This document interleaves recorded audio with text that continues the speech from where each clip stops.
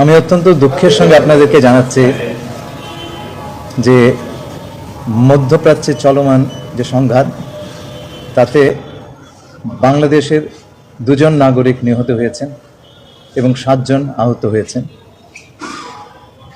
এটা আমাদের জন্য একটা বড় শোক বার্তা।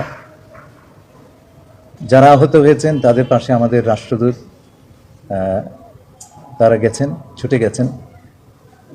আমাকে ইতিমধ্যে কুয়েতের পররাষ্ট্রমন্ত্রী এবং বাহরাইনের পররাষ্ট্রমন্ত্রী ফোন করেছিলেন এবং কাতারের পররাষ্ট্র প্রতিমন্ত্রী।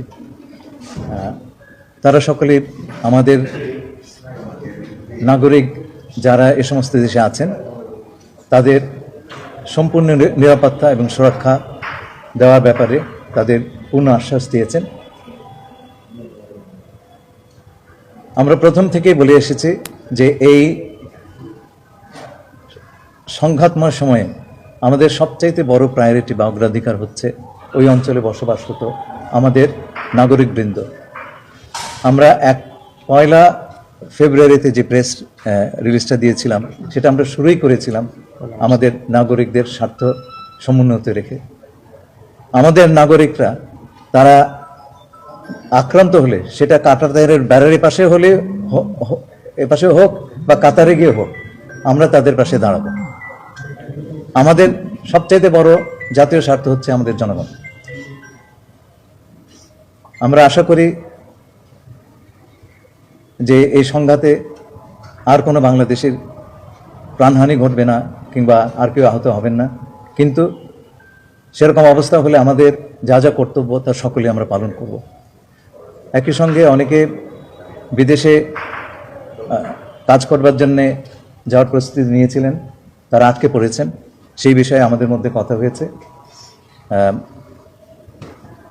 আমাদের বৈদেশিক কর্মসংস্থান মন্ত্রী মহোদয় এবং বেসামরিক বিমান চলাচল মন্ত্রণালয়ের প্রতিমন্ত্রী মহোদয় এই বৈঠকে যোগদান করেছিলেন এবং আমাদের ঊর্ধ্বতন কর্মকর্তাবৃন্দ ছিলেন। সেই সঙ্গে আমাদের প্রতিমন্ত্রী এবং মাননীয় প্রধানমন্ত্রীর পররাষ্ট্র বিষয়ক উপদেষ্টা তিনি উপস্থিত ছিলেন।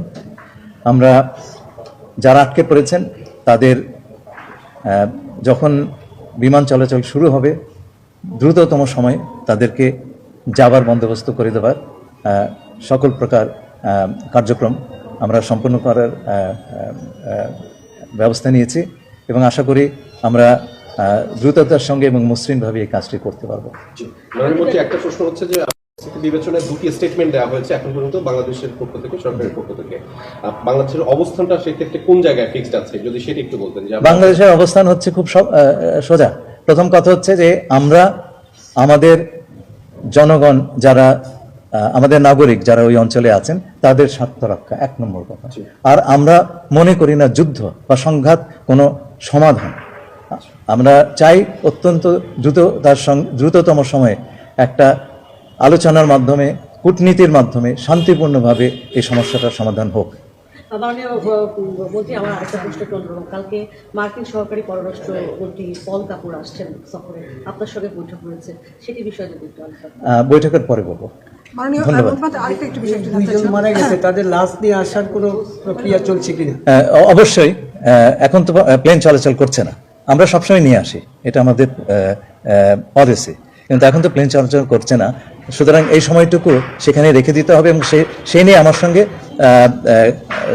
সেই দেশের মন্ত্রীদের সঙ্গে কথা হয়েছে, তারা সমস্ত ব্যবস্থা করছেন। মাননীয় মন্ত্রী, একটা বিষয়টি জানতে চাইছিলাম, ইরানে যুক্তরাষ্ট্র এবং ইসরায়েলি যে হামলা হচ্ছে সেই বিষয়ে বাংলাদেশের অবস্থান কি? আমি তো বলেছি যে আমরা মনে করি না যে কোনো ধরনের যুদ্ধ হামলা এগুলি কোনো সমাধান। যে আমরা দুই পক্ষের কাছে আবেদন জানাচ্ছি যে আলোচনাটা থেমে গিয়েছিল সেটা আবার নতুন করে আপনার শুরু করেন। স্যার, কোনো কারণে যদি যুদ্ধ এই যে সংঘাত একটু দীর্ঘায়িত হয় তাহলে কি বাংলাদেশ স্বল্প মধ্য কিংবা দীর্ঘমেয়াদী কোনো পরিকল্পনা? আপনি যদির কথা বলছেন, যদির কথা তো হাইপোথেটিক্যাল, এটা না আমরা আমাদের সব ধরনের প্রস্তুতি। ইরানের প্রধানমন্ত্রীর সাথে আমাদের প্রধানমন্ত্রী কোনো কথা বলবেন কিনা? এই পর্যন্ত সেই প্রশ্নটি আসেনি। ধন্যবাদ।